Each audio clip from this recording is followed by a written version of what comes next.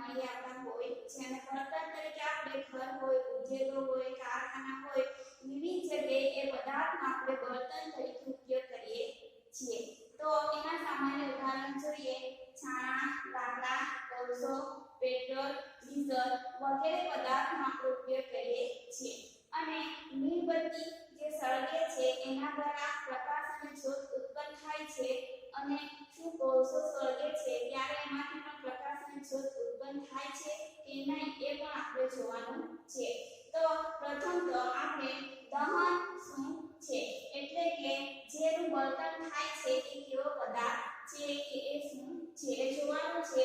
તેના બે ઉદાહરણ છે મેગ્નેશિયમ અને કોલસો. કે મીણબત્તીની જ્યોત સળગાવવામાં આવે છે અને ચીપિયા દ્વારા પકડીને મેગ્નેશિયમની પટ્ટીને જ્યારે મીણબત્તીની જ્યોત પર પકડવામાં આવે છે ત્યારે એ પ્રકાશ અને ઉર્જા ઉત્પન્ન કરે છે અને એની સાથે મેગ્નેશિયમની પટ્ટી દ્વારા સફેદ રાખ પણ ઉત્પન્ન થતી હોય છે. પછી બીજું ઉદાહરણ છે કોલસો. કે કોલસોને પણ સળગાવવામાં આવે છે ત્યારે પ્રકાશ અને ઉર્જા તો ઉત્પન્ન થાય છે પરંતુ એની સાથે સાથે કાર્બન ડાયોક્સાઇડ વાયુ પણ ઉત્પન્ન થતો હોય છે. તો આપણે જોઈએ વ્યાખ્યા દહન એટલે શું. જે રાસાયણિક પ્રક્રિયા દરમિયાન પદાર્થ ઓક્સિજન સાથે પ્રક્રિયા કરી ઉર્જા ઉત્પન્ન કરે છે તેને દહન કહે છે. કે કોઈ પણ પદાર્થને સળગાવવામાં આવે છે ત્યારે એની વચ્ચે રાસાયણિક પ્રક્રિયા થતી હોય છે અને પોતાનો ગુણધર્મ ગુમાવીને નવો જ પદાર્થ બનતો હોય છે. હવે એના પછી આપણે જોવાનું છે પ્રવૃત્તિ 6.1 કે આપણે આજુબાજુથી મળી આવતા બળતણના પદાર્થો કે જે દહનશીલ છે કે અદહનશીલ. ઉદાહરણ તરીકે કોલસો, લાકડા, પેટ્રોલ, પથ્થર વગેરે આપણે લઈ શકીએ છીએ. હવે પ્રવૃત્તિ જોવાનું છે 6.2 કે આ પ્રવૃત્તિ માટે પ્રથમ તો આપણે ટેબલ લેવાનું છે, કાચની ચીમની લેવાનું છે સળગાવવા માટે માચીસ અને એક મીણબત્તી. પ્રથમ સ્ટેપમાં આપણે જોવાનું છે કે ટેબલ પર મીણબત્તીને સળગાવવાનું છે અને ચીમની કાચની ચીમની જે છે એને જ્યારે મીણબત્તી પર મૂકવામાં આવે છે એના પહેલા બે લાકડાના પાટિયા લેવામાં આવે છે અને એવી રીતે એને મૂકવામાં આવે છે કે જેથી ચીમનીના તળિયેથી હવા અંદર પ્રસરી શકે. તો ત્યારે આ રીતે જ્યારે પ્રવૃત્તિ કરવામાં આવે છે ત્યારે જે મીણબત્તીની જ્યોત જે છે એ મુક્ત રીતે સળગે છે એટલે કે સંપૂર્ણ રીતે સળગતી આપણને જોવા મળે છે. જ્યારે એના આધારે બીજો કિસ્સો જોઈએ તો જે ચીમનીને જે લાકડા પર મૂકવામાં આવે છે એ લાકડાને ખસેડીને સંપૂર્ણ ટેબલની સપાટી સાથે અડાડીને મૂકવામાં આવે છે કે જેથી નીચેથી ચીમનીમાં હવા પ્રસરી શકે નહીં. ફક્ત એને ઉપરથી જ હવા મળતી હોય છે. એના લીધે મીણબત્તીની જે જ્યોત હોય છે એ અસ્થિર થવા લાગે છે અને ધુમાડો ઉત્પન્ન થાય છે. જ્યારે ત્રીજા કિસ્સામાં જોઈએ તો ટેબલ પર ચીમનીને અડાડીને મૂકવામાં આવે છે અને એની સાથે ઉપરથી પણ લાકડાની પટ્ટી મૂકવામાં આવે છે કે જેથી ચીમનીમાં હવા પ્રસરી શકે નહીં. અને જ્યારે એવો કોઈ પ્રયોગ કરવામાં આવે છે ત્યારે જે પણ આગ હોય છે કે જે પણ મીણબત્તી સળગતી હોય છે એ બુઝાઈ જાય છે અને એને હવા મળતી નથી. કારણ કે કોઈ પણ વસ્તુ જે છે એ ઓક્સિજનની હાજરીમાં સળગતું હોય છે અને અહીંયા આપણને આ પ્રવૃત્તિ એવું શીખવે છે કે ઓક્સિજનની હાજરીમાં સળગે છે જ્યારે ઓક્સિજનની ગેરહાજરીમાં કોઈ પણ પદાર્થ સળગતો નથી. હવે એના પછી આપણે જોવાનું છે જ્વલન બિંદુ. કે જ્વલન બિંદુ એટલે કે કોઈ પણ પદાર્થ હોય એ પોતાનું તાપમાન ધરાવતો હોય છે અને જે પદાર્થનું તાપમાન ઓછું હોય એ ઝડપથી સળગવા લાગે છે અને જે પદાર્થનું તાપમાન વધારે હોય એ ઝડપથી સળગતો નથી. તો જોઈએ જ્વલન બિંદુ.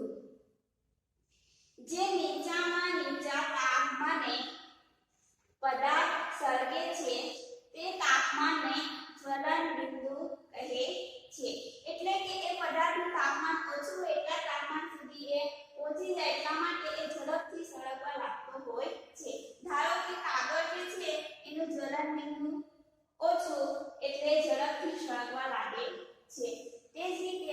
આપણે માટી સાથે કોઈ પણ વસ્તુને એમ જ કોઈ રૂમમાં મૂકી રાખવામાં આવે તો પણ એ સળગતું નથી, કારણ કે એનું જ્વલન બિંદુ એ પ્રાપ્ત કરી શકતું નથી, ઝડપથી પ્રાપ્ત કરી શકતું નથી.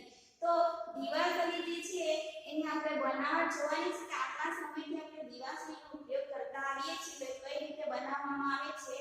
તો પ્રાચીન સમયમાં જે દીવાસળી બનાવવામાં આવતી એમાં એન્ટીમની ટ્રાઇ સલ્ફાઇડ પોટેશિયમ ક્લોરાઇડનો ઉપયોગ તો થતો જ, પરંતુ આમાં સફેદ ફોસ્ફરસનો ઉપયોગ થતો હતો. પરંતુ દીવાસળી બનાવવાના કારખાનામાં જે વ્યક્તિઓ કામ કરે છે એ વ્યક્તિઓને સફેદ ફોસ્ફરસને કારણે ઘણું નુકસાન થાય. એના લીધે નવો પ્રકારનો ફોસ્ફરસ લાલ ફોસ્ફરસનો ઉપયોગ કરવામાં આવે છે. તો આજના સમયમાં આપણને જે માચિસ મળી આવે છે એમાં પાઇનના લાકડાના નાના ટુકડા હોય છે અને એના માથા પર એન્ટીમની ટ્રાઇ સલ્ફાઇડ વત્તા પોટેશિયમ ક્લોરાઇડનું મિશ્રણ લગાવવામાં આવે છે અને જે માચિસની સાઈડની કિનારે આપણે રેડ દેખાય છે એમાં કાચનો પાવડર અને લાલ ફોસ્ફરસ કે જેના પર આપણે ઘસીને માચિસને સળગાવી શકીએ છીએ. તો મિત્રો હવે પછી આપણે જોવાનું છે પ્રવૃત્તિ 6.4 કે બે પેપર કપ બનાવીએ અને એક મીણબત્તી લઈએ. મીણબત્તીને સળગાવવામાં આવે છે અને બે પેપર કપમાં એક પેપર કપમાં પાણી ભરવામાં આવે છે, જ્યારે બીજો પેપર કપ હોય છે એ ખાલી લેવામાં આવે છે. હવે બંને પેપર કપને જ્યારે મીણબત્તીની જળ પર પકડવામાં આવે છે ત્યારે જે ખાલી પેપર કપ હોય છે એ ઝડપથી સળગવા લાગે છે, કારણ કે એમાં ઉષ્માનું વહન તો થાય છે પરંતુ કાગળ જે છે એ ઝડપથી જ્વલન બિંદુ પકડી લેતું હોય છે. જ્યારે પાણી ભરેલો પેપર કપ જે છે એ ઝડપથી જ્વલન બિંદુ પ્રાપ્ત કરી શકતો નથી, કારણ કે પાણીનું જે તાપમાન છે એ વધારે હોય છે અને ઝડપથી એ જ્વલન બિંદુ સુધી પહોંચી શકતો નથી. એના લીધે એના આધારે જે માહિતી મળે છે જોઈએ કે કાગળના કપને આપેલી ઉષ્મા એ ઉષ્મા વહન દ્વારા પાણીને મળે છે. એટલે કે પેપર કપમાં જે ઉષ્મા હોય છે એ અને પાણીમાંથી જે ઉષ્મા હોય છે એ પેપર કપને મળે છે, એટલા માટે પેપર ઝડપથી સળગતો નથી. માટે પાણીની હાજરીમાં કાગળ તેનું જ્વલન બિંદુ પ્રાપ્ત કરતું નથી, એટલે કે પેપર ઝડપથી સળગતું નથી અને તેનું દહન થતું નથી. હવે એના આધારે આપણે જોવાનું છે કે કેટલા બધા પદાર્થ છે એના આપણે જ્વલનશીલ પદાર્થ તરીકે ઓળખીએ છીએ. તો એની વ્યાખ્યા કે જે પદાર્થનું જ્વલન બિંદુ નીચું હોય અને તે જ્યોત વડે સરળતાથી આગ પકડી લેતા હોય તે પદાર્થને જ્વલનશીલ પદાર્થ તરીકે ઓળખવામાં આવે છે. ઉદાહરણ તરીકે કોલસો પેટ્રોલનો સમાવેશ થતો હોય છે, પરંતુ પથ્થર જે છે એ ઝડપથી સળગી શકતો નથી. તો એ જે છે જ્વલન બિંદુ જે છે એ વધારે હોય છે. હવે પછી જોવાનું છે આગનું નિયંત્રણ, કે કોઈ પણ જગ્યાએ આગ લાગી હોય તો એનું નિયંત્રણ આપણે કઈ રીતે કરી શકીએ.